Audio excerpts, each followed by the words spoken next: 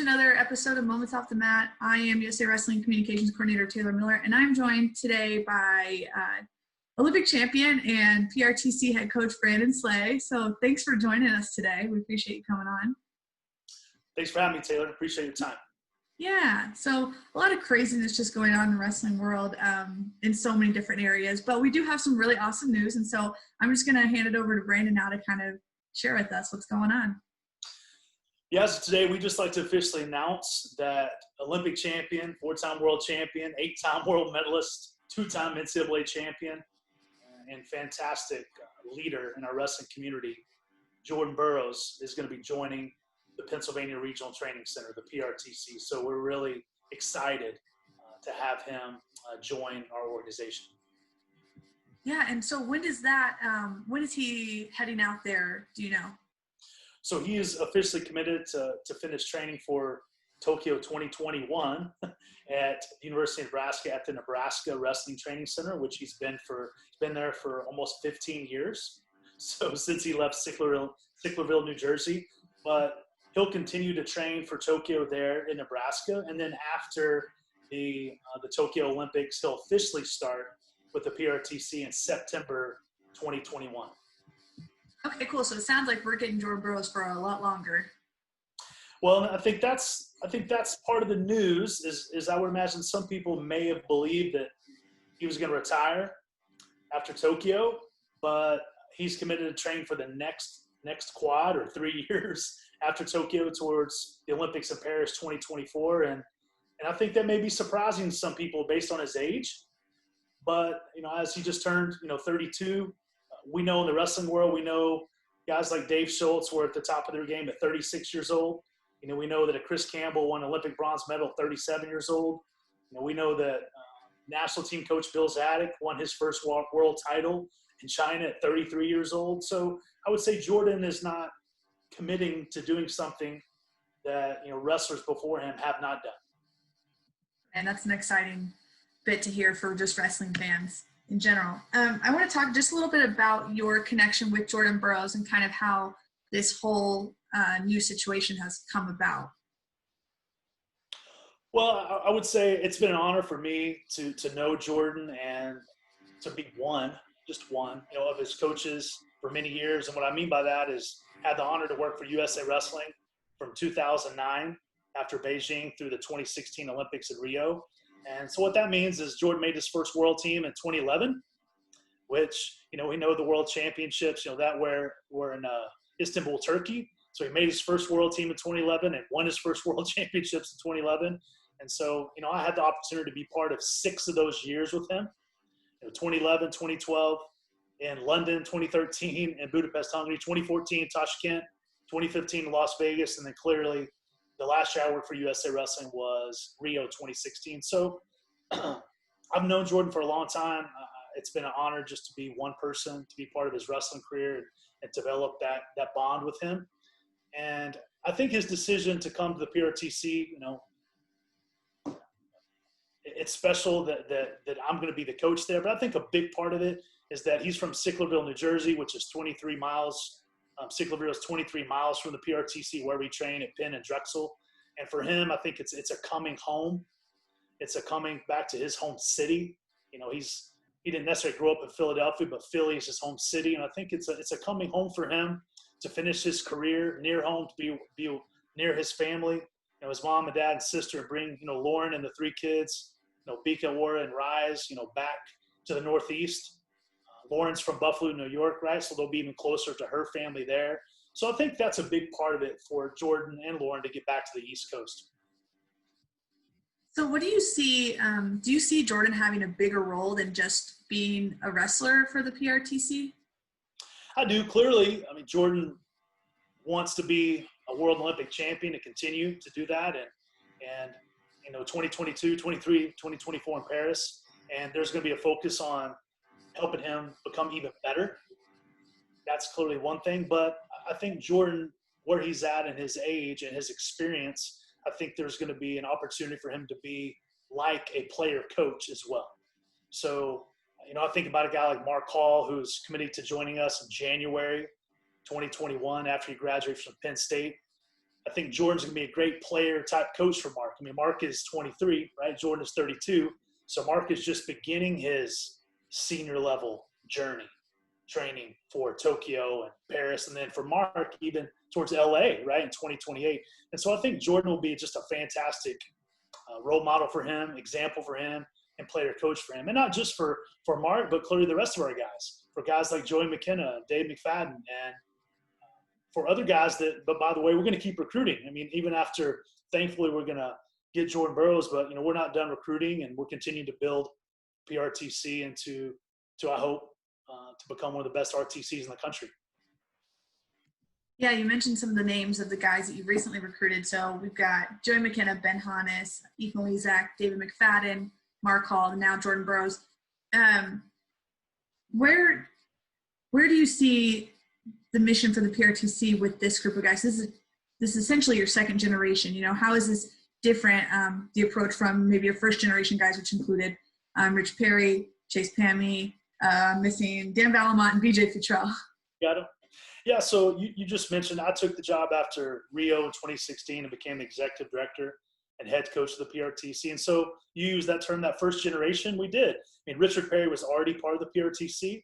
And so we recruited Dan Valmont, BJ Futrell, and Chase Pammy as our for me, my first three athletes in addition to Richard Perry, and they clearly trained through this last squad. But now moving into this next squad, our second generation, we've tried to start balancing wrestlers throughout all the world, and Olympic weight classes. And so we have Ethan Lezak, I would say, is one of our smallest guys, and then Joey McKenna, right? And then we're adding on Dave McFadden, Jordan Burroughs, Mark Hall, Ben Honus is a 97-kilo guy. So I think with any RTC, you don't want to just put like 5 guys in one weight class. What you really want to try to do is create this balance across weight classes, because that's important for the universities where you train, which, without the universities, without Penn and Drexel, we would not have a place to train. So you want to have a balance of weight classes. And I think with the second generation group of guys that we have, I think that allows us to do that, from Ethan Lezak, all the way up, to our biggest guy, which is Ben Honus, and then everybody in between. So I think, back to the mission question you asked, when I first took this job, sometimes people said, hey, what are your core values and what are your mission? Well, I just took the job. It's hard to know what our core values were immediately and exactly what our mission was. But now, after almost 4 years, and we know our core values are faith over fear, full effort, struggling well, and serving others. And that's what makes us who we are. And that didn't come immediately. That came from watching 4 years of wrestlers and men grow and serve and become better leaders. And then our mission really evolved into understanding that we just desire to enrich lives locally in the Philadelphia area, right? The tri-state area, mid-Atlantic region, the country, but also all around the world. When we take guys to Cuba or Ukraine or Azerbaijan, Italy, right, where Joey and I went in January, when we desire to have an impact for wrestling all around the world. And so we understand now that's what our mission is. Yeah, and I imagine with the core values that you've already described, that you're looking for guys that feed into that, right? That match some of those values. So what are some common characteristics between this new generation of guys that you have? I think you're exactly right, Taylor. We're not interested in recruiting wrestlers that don't fit those core values, because if they don't, it's going to be a train wreck. It's not going to work. It will be a mess, and it's something that we'd rather not deal with it or have to clean it up. But when you recruit somebody that says, hey, Coach Slay, I believe in faith over fear. Coach Slay, I believe in struggling well. I believe in full effort. Oh, and this is a really important one. I believe in serving others. I realize there's more to life than just wrestling, and I want to go out and serve Beat the Streets Philly and be involved with these over 1,000 inner city kids in the Philadelphia area who are, the organization's trying to positively alter life's trajectory for those kids. We recruit a wrestler that says, hey, sign me up. I want to serve others. And I believe in all those values. Then I believe when they commit to the PRTC, then we have the right wrestler. We have the right leader, and it'll be the right fit. And I think that's why it will work for many years to come. And I say it humbly, but thankfully, I think we recruited those right wrestlers in the first generation, and we had no issues. And from when they committed to when they retired, and Richard Perry clearly and Dan Valmont are still, still training, still seeking to compete, that we didn't have any issues there. And I believe with this next generation that I don't think we're going to have issues as well, because I think we're recruiting the wrestlers with the right values. So I think that's a very wise question. You keep mentioning serving others as a big core value for you guys. You are in a very unique location and position to work with several other organizations, Drexel, Penn, Beat the Streets, Philly. Can you just kind of describe the partnership that you guys have with them? Yeah, I believe the PRTC where we're located it may be one of a kind. It's extremely unique to have two Division I programs connected to each other. Essentially, the rooms are about 1 block away from each other. And I don't know if you can recreate that anywhere in the country, just because we're in a big city like that. So, with Penn Wrestling, with Drexel Wrestling, with the PRTC, with Beat the Streets Philly, I mean, the issue is all those organizations, we talk about this a lot as leaders of those organizations, we all believe in better. When we wake up every single day, I mean, why are you waking up? What's your purpose? Well, we believe we can be better today. I believe I can be a better husband, father, leader, coach. The PRTC believes it can get better. Penn Wrestling, Drexel Wrestling, clearly Beat the Streets Philly, they believe that they can give these kids opportunities in the inner city that they can have a better life. So all 4 of those organizations believing in better, the idea is that we all work together synergistically. And we say this a lot, that all 4 of those organizations, the idea is that 1 + 1 + 1 + 1 = 8, right? It doesn't just equal 4, because if you're all working together and your leaders, again, you have similar values, and there's character and commitment to leadership amongst all of them. We just believe that we truly will make this world a better place. But it starts with Philadelphia. It starts with the city that we live in, and then it spreads out, right, into the region and the country, and again, hopefully the world. I think I just have one more question for you.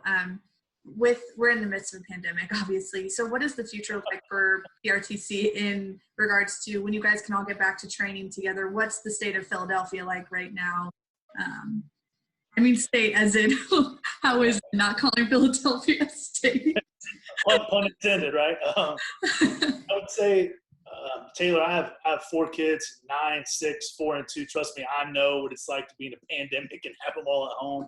I had to go ask my wife to basically take him down the basement so we could have some quiet during this interview. But we all know that right now life is challenging, that we're facing some major obstacles. But I use this terminology with my team a lot. The obstacle is the way, right? The resistance is what's going to make us stronger. The sanding, this friction that we're all dealing with, ultimately that's going to make us hopefully, more smooth and better as human beings and leaders if we have that attitude. And I think that's the attitude that we're all trying to have with the PRTC. And so what that means in regards to training, Penn Wrestling right now and Drexel Wrestling, those universities are closed. We cannot train there. So wrestlers they've had to do a lot of their own individual training. Ethan Lezak's back home in Pennsylvania, training with his brother down the basement in their wrestling mat. Ben Honus is back home in Syracuse, New York, training with his brother. Thankfully for, Matt's in the basement brothers, he's down training with his brother in the basement. Wrestlers have had to go off and just do kind of individual workouts here and there. So we've had to be creative in that regard, but also creative with these Zooms like this. Every Monday we have a leadership call with all of them. We're going through books together on leadership. On Tuesdays, we study video together. But the plan is down the road is that you may have heard that the Ivy League announced that there's going to be no competitions in the fall for fall sports. So clearly wrestling being a fall sport, the wrestling team is not going to be able to wrestle in dual meets or go to tournaments, but it looks like they're going to be able to practice and train. So what that means is that whatever the stipulations that Penn wrestlers have to follow to train at Penn, or Drexel wrestlers have to follow to train at Drexel, we as PRTC wrestlers will have to follow those same rules. And we will do that with the opportunity to continue to train at our home base, which is at Penn and Drexel. And so, we look forward to doing that once September hits. God willing, things don't get worse and no more changes are made. Yeah, so there's definitely a light at the end of the tunnel it seems. So, Hopefully. yeah. Well, Coach, I just want to thank you for coming on today. We appreciate your time and exciting news for you guys. Thank you so much for your time, Taylor. We're excited to just continue to grow the sport of wrestling and, be an opportunity for USA Wrestling to grow up here in Philadelphia. So thank you. Yeah, thanks a lot.